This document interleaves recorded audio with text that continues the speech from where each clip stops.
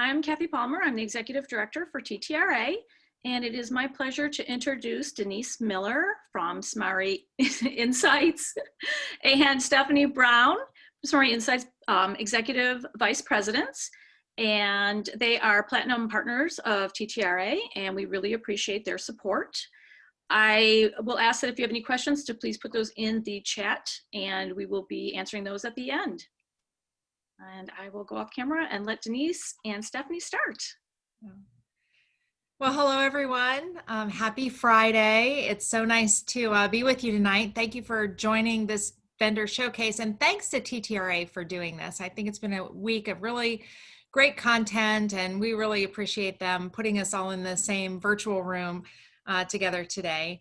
I'm Stephanie Brown, and I'm here with my colleague who needs no introduction in TTRA, Denise Miller.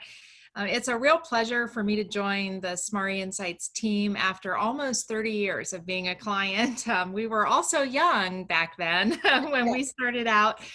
There are lots of friends and familiar faces joining us today, but for those of you who aren't as close to SMARI, I'd like to share a little bit of background information. And Denise, if you want to go ahead and share screen, we can show our slides. I'm sure many of you know David Seifert, Dr. Seifert, who founded Strategic Marketing and Research, Inc. in 1983 with a partner. The company has been known as SMARI. In 2015, David created SMARInsights with a focus on travel and tourism. We're a full-service market research firm. All of our research is customized for each client and is built on rigorous methods that have been tested over many years. The team you see here has been together for more than 10 years, with the exception of myself, who joined this summer. Our office is in Indianapolis, and we look forward to being back there together as soon as possible, but like many of you, we're working remotely for now. And we're really happy to share some insights about creative testing with you. They've been gleaned from many dozens of studies for destinations around the country. We've been finding that in destinations that are able to advertise, they're getting really good results. And those results are improved by research. With the rollout of the vaccine just starting and the pent-up demand for travel, we think destinations will have opportunities to build market share and increase brand health in 2021. Personally, I've always been really passionate about creative testing because it's always surprising. As marketers, we're just too close to our attractions and destinations to see our creative objectively. And consumer segments and markets have different reactions based on their own familiarity and personal experiences. But what I love most about creative testing is that it makes advertising better and more effective, and we can measure that too. When I started my job as the CEO of Explore Asheville, we immediately worked with SMARI on an image and perception study. And that really helped us guide the development of our creative. And we repeated that work over time for insights that continued to improve our advertising. So I'm going to turn this over to Denise, and we'll look forward to hearing your questions at the end. Thanks, Stephanie.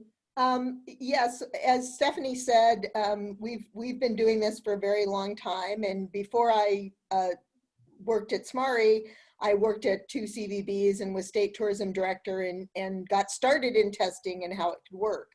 And one of the things that I find most interesting is when I'm at conferences and talking to people is we all talk about our advertising, but there's lots of discussion about markets, media. We all want to know what's the latest media place we should be doing our advertising, where's the best market. That's tons of discussion, presentations, things we talk about, but there's not nearly as much discussion about what makes an effective ad. Is our ad effective? Does it communicate what we think it communicates? Does that message even matter to consumers? And so, that's one of the things we've been talking to clients about. And I want to show you some ideas, examples, and just talk through some of the things we've seen and maybe get you thinking about how testing might fit in what you're doing and does it make sense? And at the end, I'm going to show you just an example of some results just to get you excited about what it could mean. So as we said, we're going to show examples, and the examples, there's tons of examples we've tested for many, many clients. So these are just ones we picked out to kind of show some of the points we want to talk about. So, when I do this in person, I will show these two pictures and say, which picture is more appealing to consumers? And we'll do a vote. And usually it's kind of mixed. Some people think the picture of the people playing the instruments is more appealing. Some think the picture of the city is more appealing. And in actuality, the picture of the city is more appealing, was rated by consumers as more appealing. But why I show this is to start talking about something that Stephanie said, is one of the reasons it's so hard for us as marketers to understand what to show to consumers is we know too much about our destination. So, when we were talking about these pictures, the picture with the people playing, one of the reasons consumers said it wasn't as appealing is that they were like, well, yeah, these people are playing, but that's not something, I'm not going to go up on someone's porch and join in with them playing. Where the client said, oh, wait, no, that's a cultural center where, you're supposed to see the performances. But you as the person, the destination, know that. But if consumers don't know that, it's not communicating what you want them to hear, what you want them to take away from it. So, that's one of the reasons that, that testing pictures is so important. It's also important to understand who you're testing to. Again, in this one, we will do, which picture is more appealing. This one's kind of a trick one because it depends who you're talking to. When we showed these different pictures to consumers, what we found is the picture of the group of people playing portrayed a more rural, small town experience. So the people who were looking for that found that picture more appealing. The picture of the single guy playing communicated a more urban experience. So if they were looking for an urban experience, that picture was more appealing. So again, and this will come up, and I think it's a big word in our vocabulary. We all talk about storytelling, and I want to talk to you about how much we should be telling stories versus how much we should be letting consumers use our impetus to create their own stories. Again, just one more example. Both of these pictures did well, but the picture on the right was more appealing. Why? I don't know. And that one we didn't have people liked it, but again, you can't always know. And the one thing I will say is this isn't one of those things, which we all wish it was, where you could come up with, here's 5 guidelines, and if you follow these guidelines, you will pick the right picture. Unfortunately, pictures tell stories, pictures create stories for people, cause them to create stories. And so it's not as simple as saying, here are the 5 things I need to do. It's why testing is so important, because that really will help you understand what that image is communicating, and is it communicating what you want it to say to the consumer. Okay, so the first thing I'm going to talk about that we do know, and there are some guidelines we can give you in terms of thinking about your advertising. The first one is show the product. Now, again, the reason for that is because people can travel many different places and they can have a similar experience many different places. So they're looking for your product. And they often don't know much about what you have to offer. Even frequent visitors are often unaware of some of the features, activities, attractions you have. And potential visitors, it's amazing when we go out and do focus groups and we'll throw out a destination, a well-known destination, that often the amount of knowledge that people have about that destination is very top level. It's 1 or 2 ideas. And so your ads need to educate people, especially if they're unfamiliar, or if you're trying to get repeat visitation, you need to educate them about reasons to come back. And this is different than other products. I mean, I think one of the traps we fall into is, for many kinds of products where the products are the same, you don't really have to educate that much. It's more creating that connection or that feeling about that product. If you're buying toothpaste, you don't need to tell them as much about what it will do. You need to make them feel that, like, when they buy that toothpaste and brush with it, they're going to smile, and that's going to bring their true love to their side. That you have to create the emotional connection. But with travel, it's not the same. People are going to have an emotional experience when they travel. And so you have to show them why they should choose your destination as the place to have that emotional feeling. This is an example of an ad from Arkansas. One day you were gone, next day you were here. Yes, I know for a long time now. Guess we lost out somewhere like that on the stair.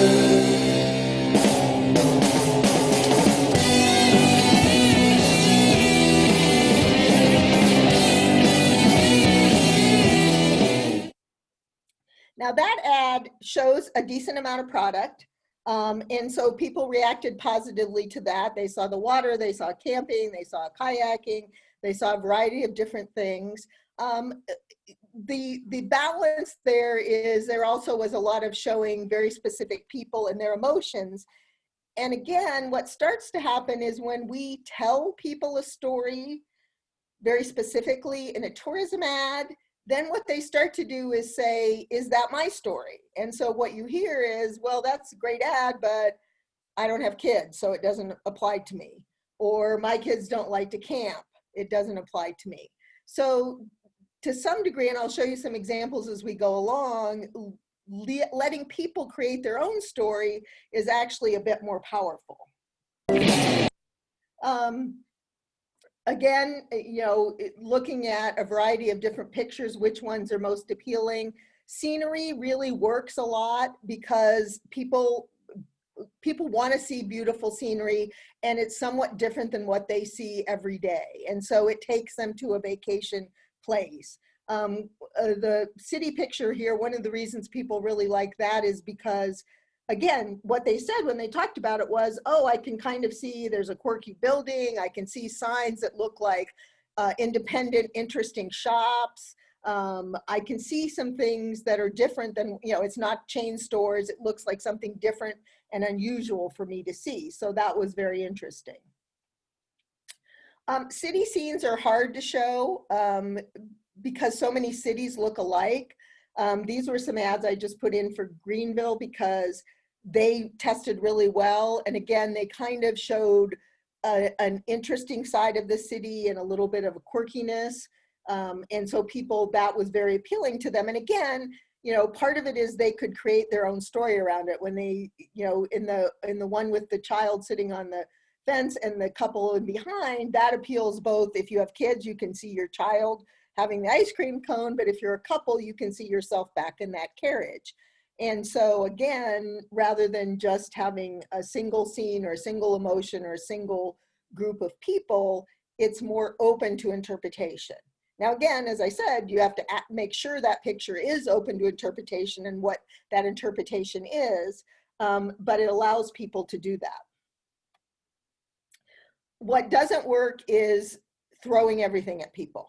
Both of these ads, people just kind of shut down because there was too much and they can't find a thing to look at. And so they tend to just go right by it.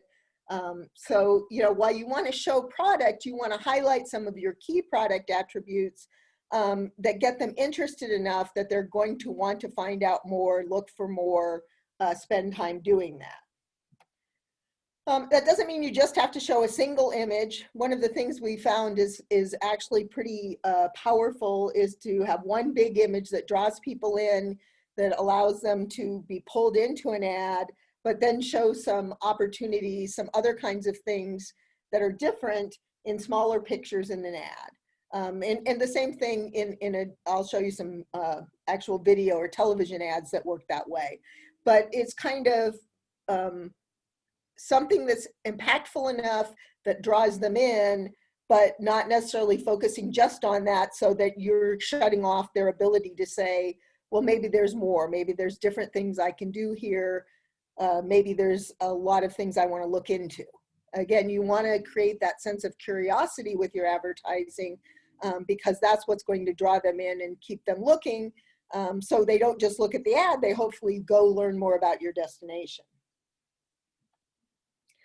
One of the things that I will say, and I think we hear this, but we have to think about it, is being different sells. And I'm going to show you this cute little video that's not travel.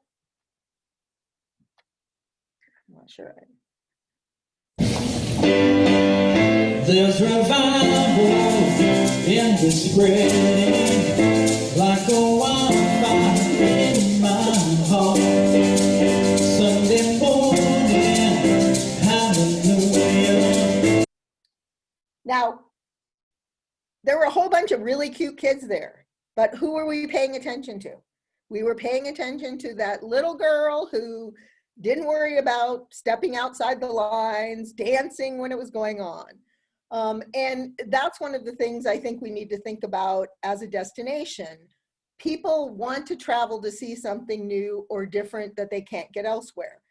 That's not always our biggest attraction.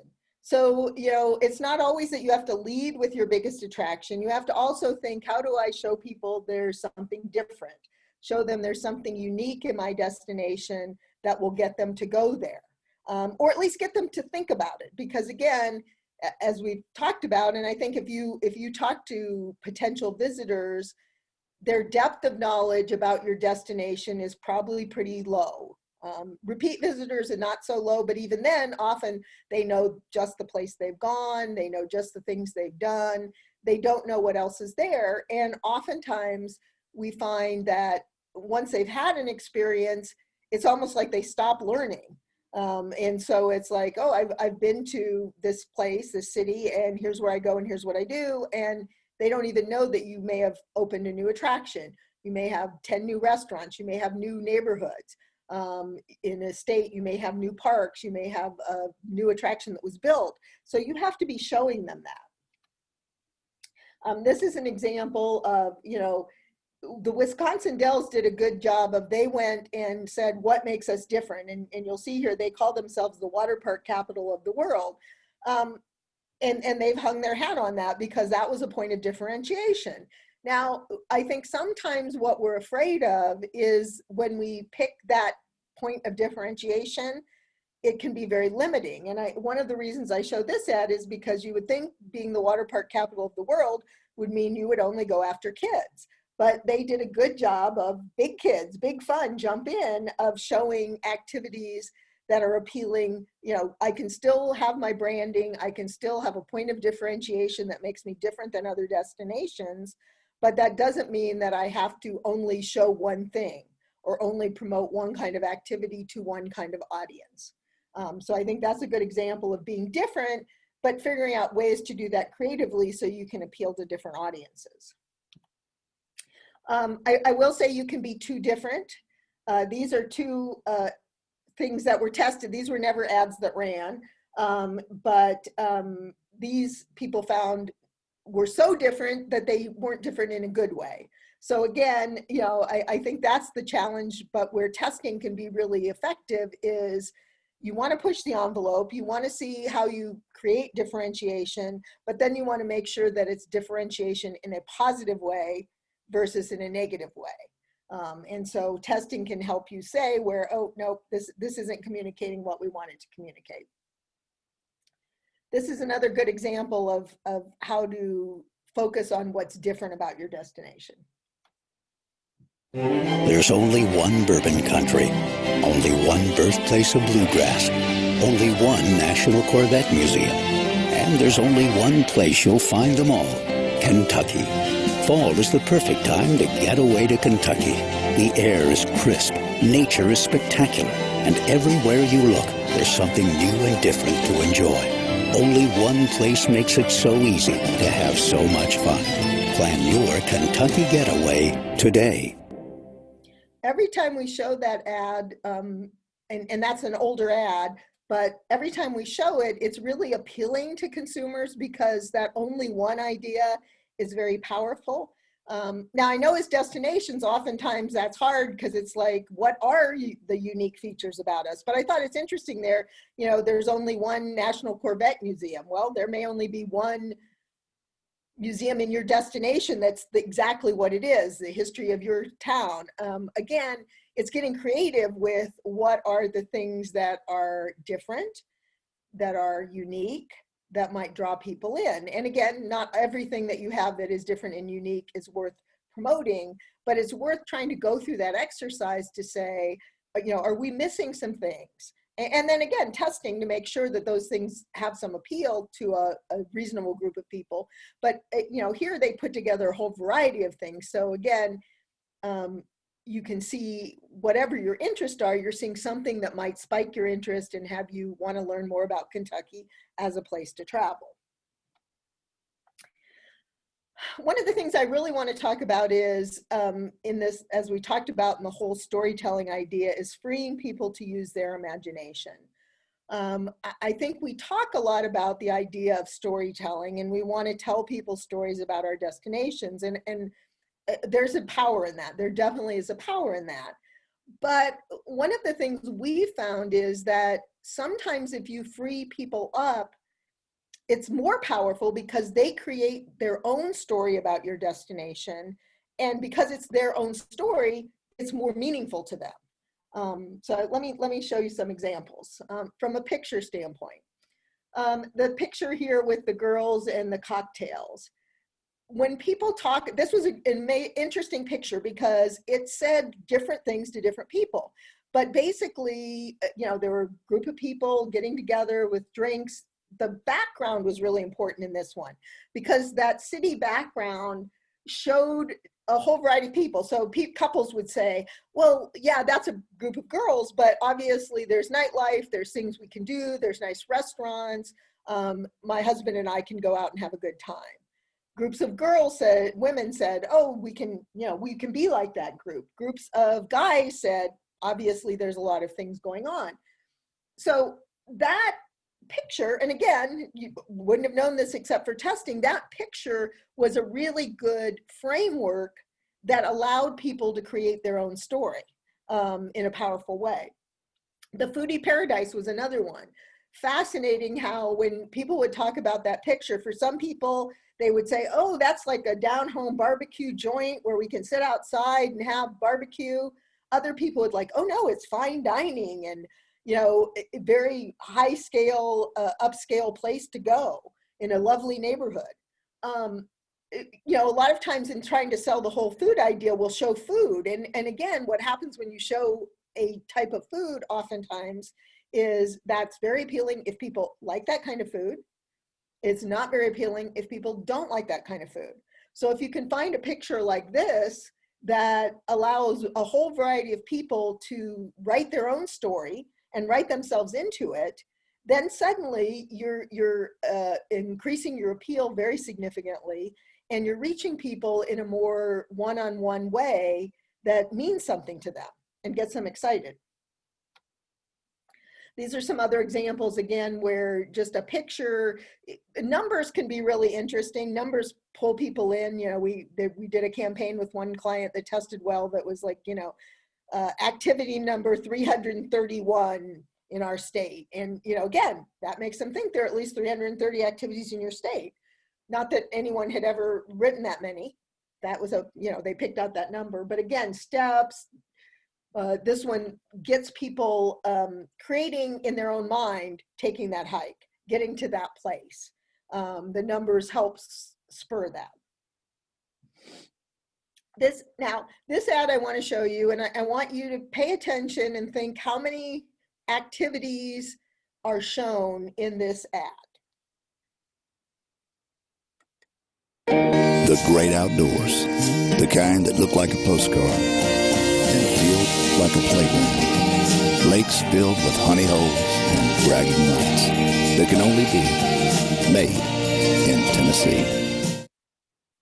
So if you were paying attention, there was kind of the guy in the boat at the beginning, although he wasn't really moving. You had to really look that there was a guy there.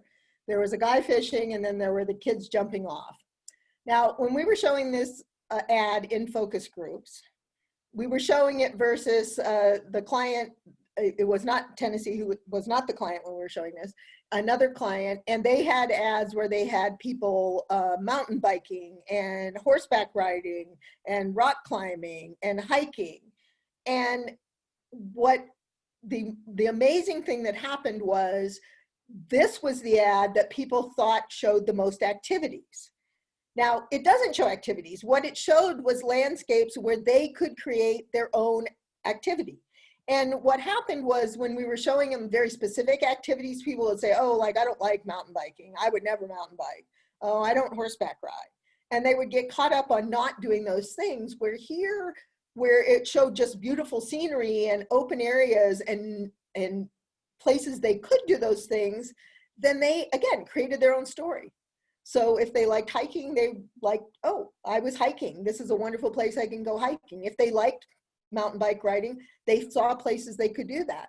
If they liked fishing, they could do it. So sometimes less is more in terms of how do we activate the dreams of our consumers and get them dreaming about what they could do in our destination versus telling them something that then they're reacting to.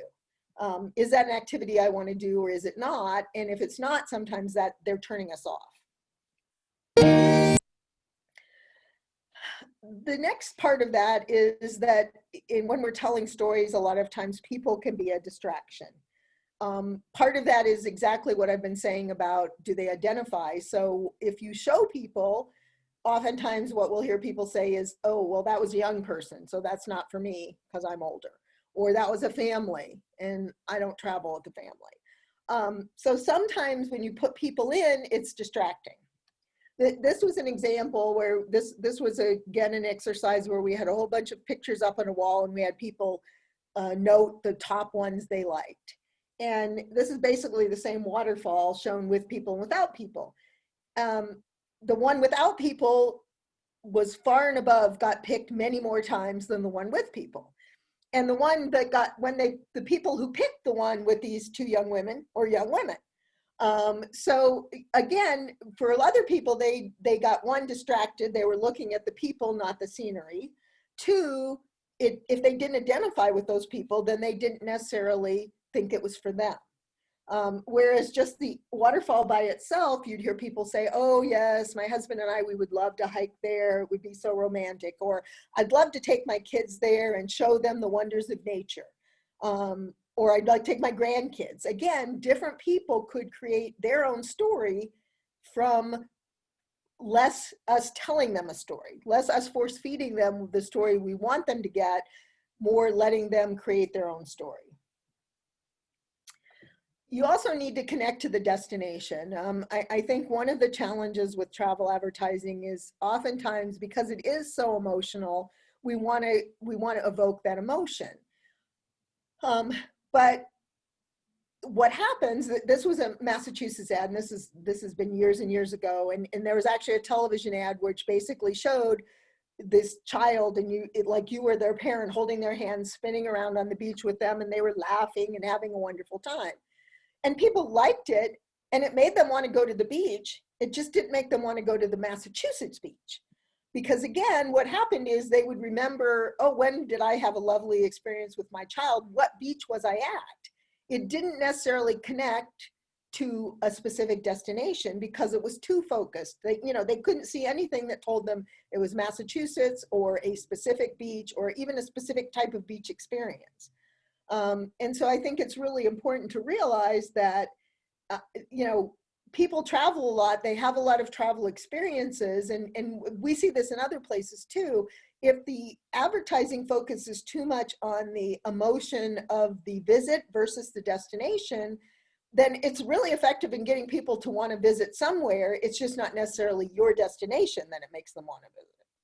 And so again, we're I think not something you want to do as a destination.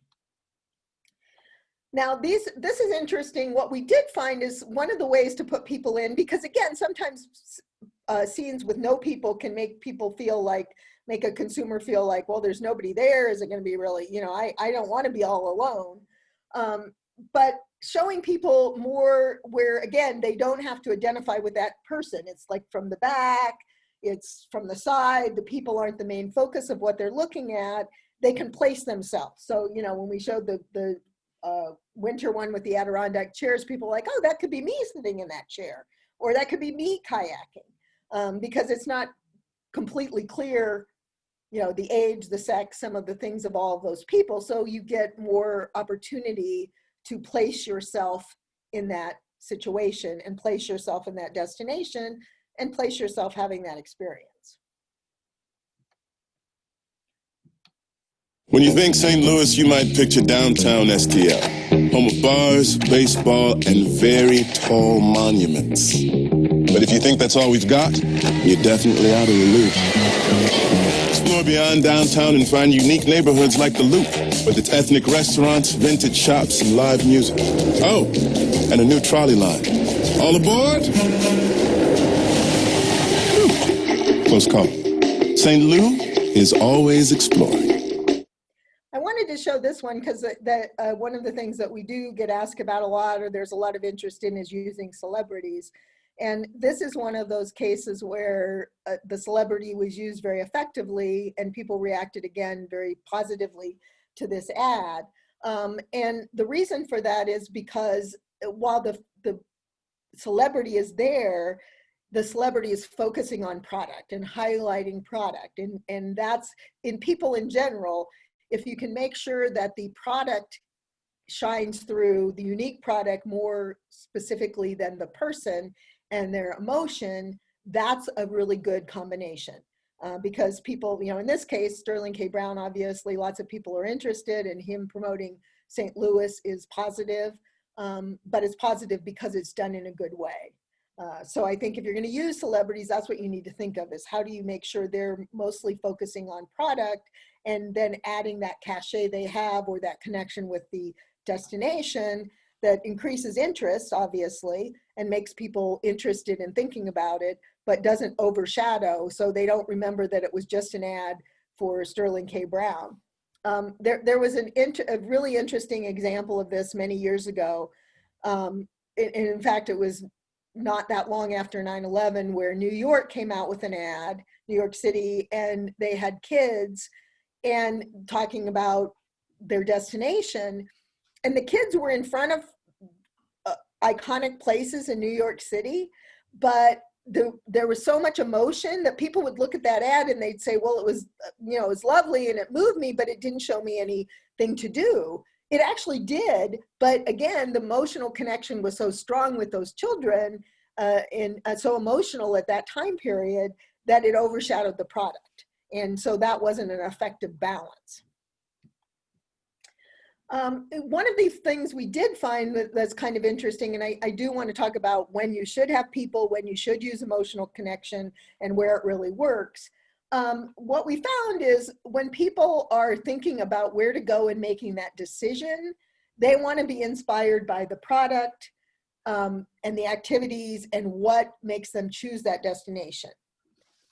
But when they get to the planning phase, what they did say is where they really want to see people enjoying themselves and the emotional connection makes more sense is once they're planning. So on your website, in your travel guide, in those kind of places, then that allows them to, they've already chosen you, and then it reinforces it and gets them excited about it and maybe makes them want to do more things. So I think showing people and showing that emotional connection works. It's just doing it at the right phase of the decision process is going to make your advertising and your marketing more effective.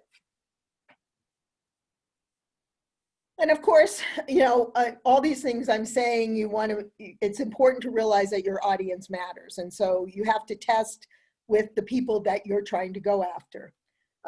These are two examples of ads that work really well with young unmarried millennials, but bombed with parents. The one, the desert is hot, that, a family wasn't very interested in that. And the Colorado one with the child out on the ledge, mothers were like, literally like, oh my God, that, makes my heart stop thinking of my child being out in that ledge. And we saw that in others. There were some other states like that showed that, like, when you're a mother, you want to see your child in a safe situation. But again, if you showed that with a 20-year-old kind of person and you show that to young millennials, they're like, oh, I love that, Gen Xers, it's like, I want to go there, Gen Z. So it's really important also to make sure as you're testing that you're talking to the right audience. And I mention this, I want to say this because there's a couple things that happen. Oftentimes the people who are the head of marketing you are not your target audience. And so if you're trying to decide what story that ad is telling, it may not work. I've also seen a lot of times where, the creative people, the the staff who's works for the ad agency are all 23 years old. And unless that's your audience, then they're also not your audience. And so again, it's really important to understand that when you're talking about it, it's not what you like. It's not what the people designing the ads like. It's not what the ad says to them or to you. It's what it says to the consumer who is your target audience. And that's what's really important. One of the challenges I know we all run into as destinations is there are lots of people in the community, lots of our partners, our attractions, telling us, oh no, you should be highlighting this activity. This is really important because, I know people come and they're so excited and they only came to our destination because of this activity.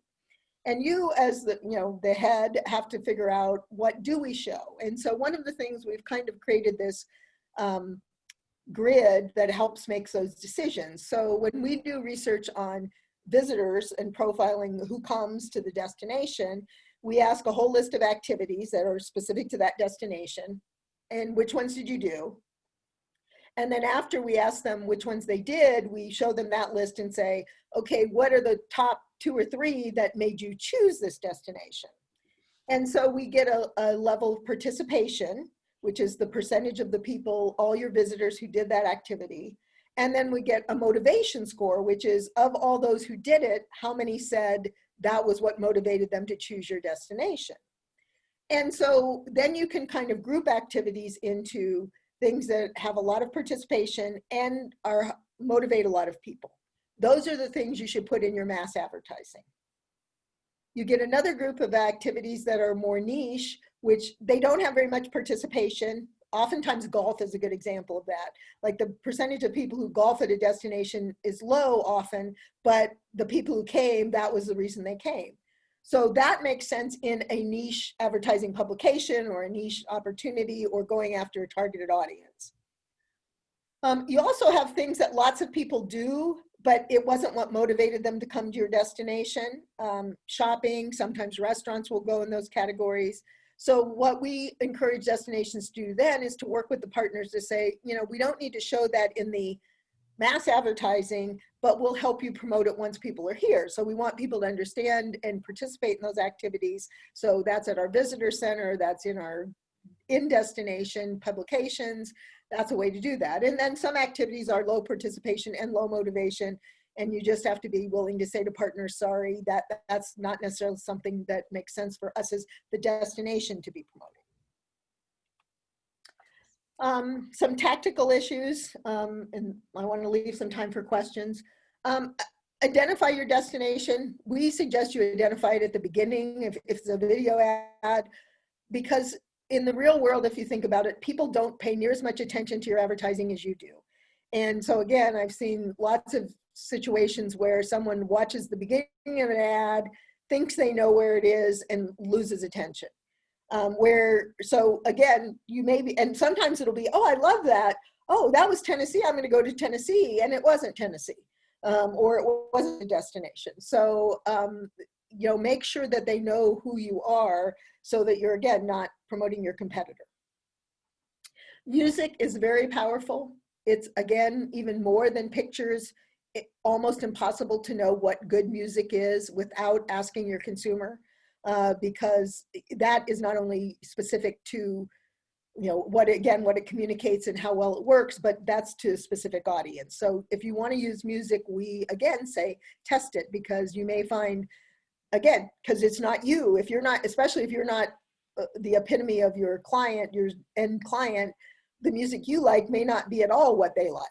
And so understanding what it's appealing and what communicates to them is really important. Narration can help, again, tell people things. So if they're not paying attention to your ad, they may hear something that gets them to pay attention. So narration can be really great. Ad length, this is interesting because, ads have been getting shorter and shorter. We recently tested a bunch of 6-second ads, and those are fine if they were really good. So I don't think you have to have long ads. That's one of the things, again, I'll have clients say, can I do a 30-second ad? Do I have to do a 15-second ad. Again, some of it's your audience. The younger your audience, the shorter their attention span tends to be. But again, and it has to be, the shorter the ad, the more you have to really grab their attention and communicate something very quickly, but those ads can work well. And another thing I get asked a lot about is, do we need a call to action? And what we have found is that, you know, and when I started in the era when people called 800 numbers to order a travel guide, and then you needed a call to action because you needed to tell them your number so they could do it. Now, almost everyone who's going to follow up on your ad is going to go to your website and they are going to Google it. No one writes down a website. So, you know, rather than worrying about a call to action in your ad, I mean, you can certainly say to them, you know, go to our website, order the travel guide, but rather than telling them how to do that, you're better off to spend that money making sure that when they do Google your destination, that you are the first or second, you know, that you come up high on that list, because that's how they're going to find it. That's our world. And so that's what you need to do, is make sure that when they're Googling, they find you. So what are just a couple insights and one example, and then we'll go to questions. You know too much about your destination to objectively understand how consumers are going to react to the images and scenes. So you need to get an outside source and test it to make sure that you are communicating what you want to communicate. Research should be designed to look at your target audience or audiences and understand what makes you different and how you can communicate that in a way that creates interest. And research can improve advertising effectiveness with measurable increases in your ROI. And, you know, that's like sometimes when I give this presentation and talk about it, people will say, well, you know, focus groups. People, it doesn't matter what they say. And you certainly have to take a lot of that with a grain of salt, and you have to sift through it. But we don't just do focus group testing, we do quantitative testing. And ultimately, for many of you who know us, a lot of the research we do is return on investment. And so we're testing, did the ads actually get people to come to your destination? So let me just give you one example, and then we'll go to questions. So we had a client who, and this is year one, and their average creative rating was a 4.0 on a 5-point scale, 4.08. Now, we do national benchmarks, and right now it used to be when this client started, 4.0 was in the top 10% of all the destinations ads we tested. You all are getting smarter and better, so now you have to be a little higher than that to be in the top 10%. But their ads were in the top 10% of ads tested, and their ROI was $265 for every marketing dollar they were spending. So they certainly were in a position where they could sit on their, you know, say, wait, we're doing a damn good job. We don't necessarily need to test our ads. Obviously, we know what we're doing, but they didn't. They did testing over several years, and by year 4, their average creative rating had gone up significantly to 4.23. The percentage recalling the ads was up. They were able to cut through the clutter a little bit better. But more importantly, their ROI went from $276 to $420. And the visitor impacted spending went from 765 million to 1.4 billion. Now, did they spend some money on testing along the way? Sure. But did they spend 765 million? No. They spent a very small portion of that to really increase the impact in their state and bring in a lot more visitors and a lot more visitor spending. So, you know, this isn't just me saying, this is what I hear people saying in focus groups. This is showing that testing can really get your results to be better and have better result, more people coming, more of the people you want, spending more money in your destination. So let's turn to questions.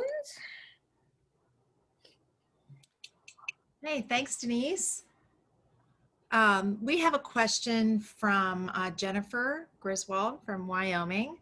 And, it's kind of following up on something I wanted you to go into some detail on too. You started to talk about like the difference between focus groups and quantitative so that you can, dive into segmentation and you can do more with projecting how different audiences will react.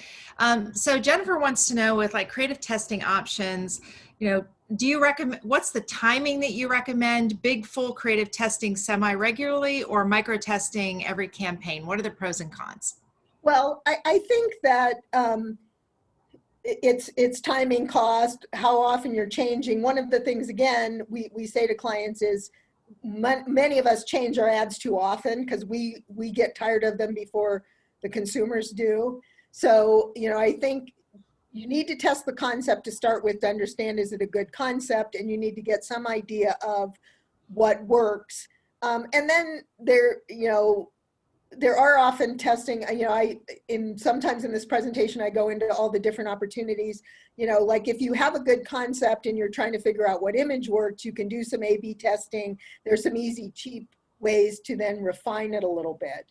And again, you can do it even in some other research you're doing. You can throw that in and get some reaction. So it's not like you have to always do a creative test. There are different ways to do it that can make it affordable. Yeah, and I would add that, I think you don't have to test the whole campaign. I think one of the things we struggle with the most is image selection. And, anything that we're debating around the conference room table is also going to get different reactions from different kinds of consumers. And, last fall in Asheville, we tested a series of pictures and like are not, the photo that we use the most of the drum circle did not test well. And, and those things change over time too. So something that's an effective image, in 3 years ago, attitudes change. I remember doing some testing when I was at Colonial Williamsburg and the series of ads that were really, really effective. Well, then the world changed around it and they eventually became considered kind of negative. So I think, timing is important, and, pulling different tools out of the toolbox depending on, what you need to know.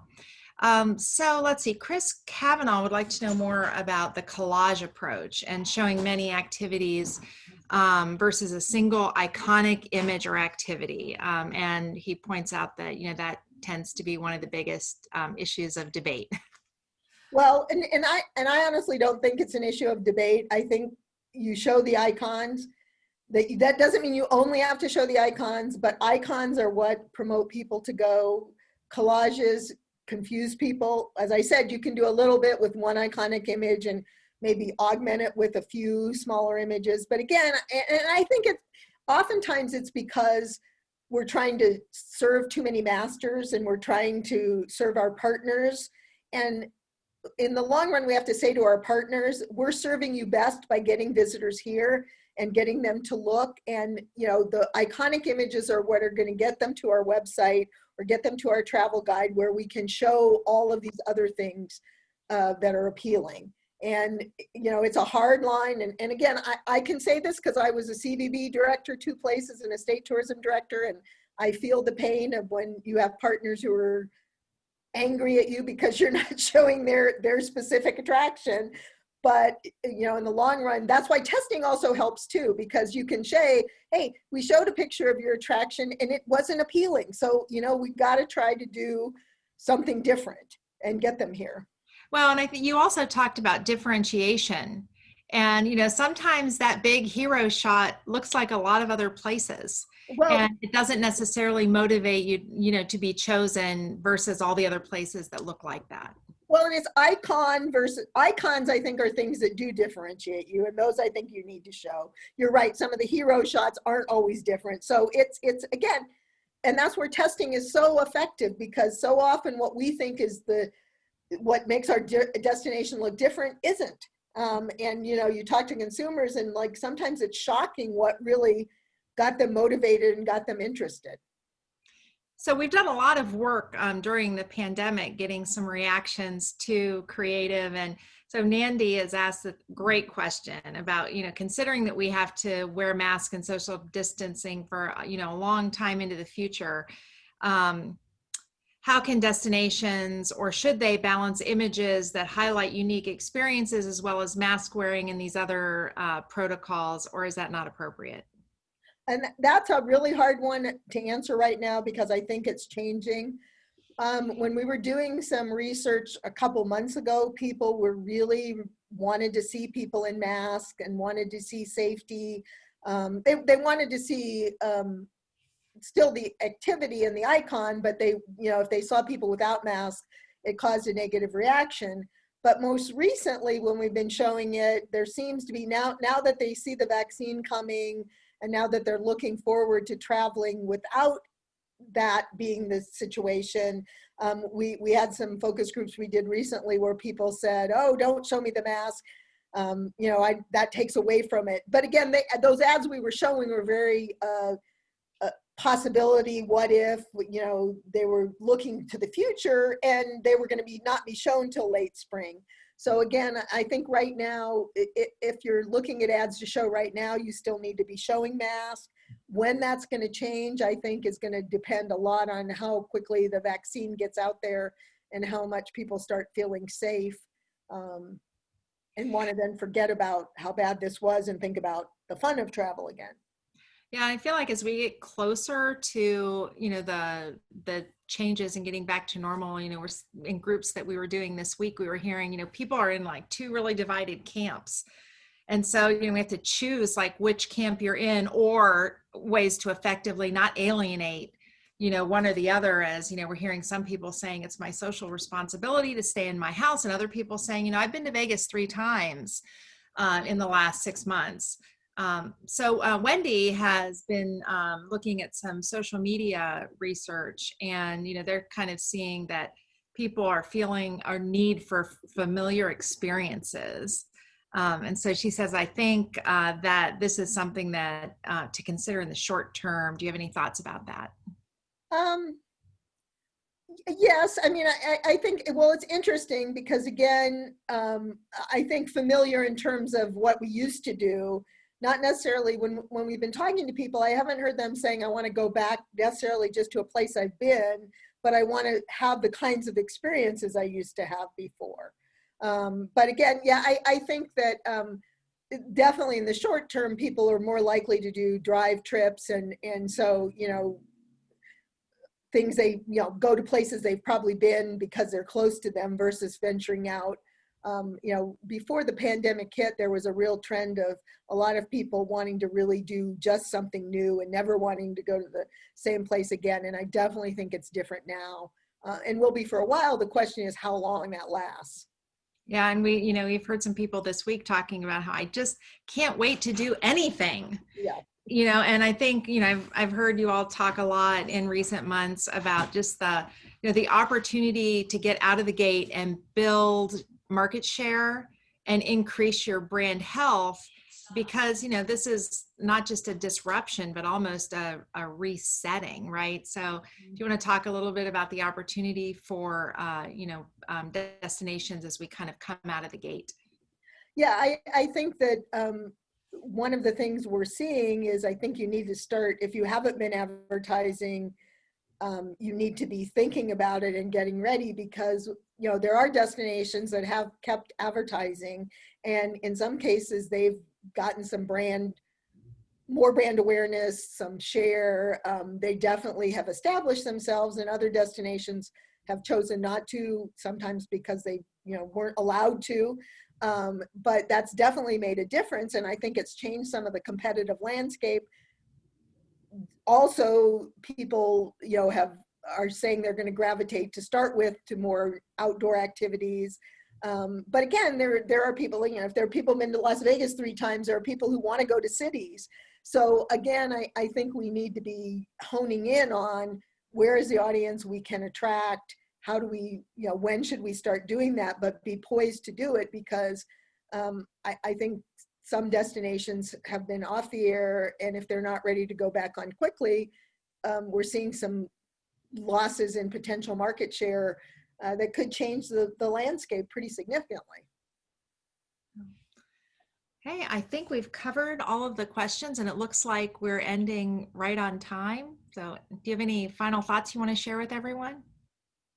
No, I just think, again, think about testing. I know it's not always the thing, and it's often, we don't think about it till we're late in the process and it feels like we don't have time to do it, but you can do it really quickly.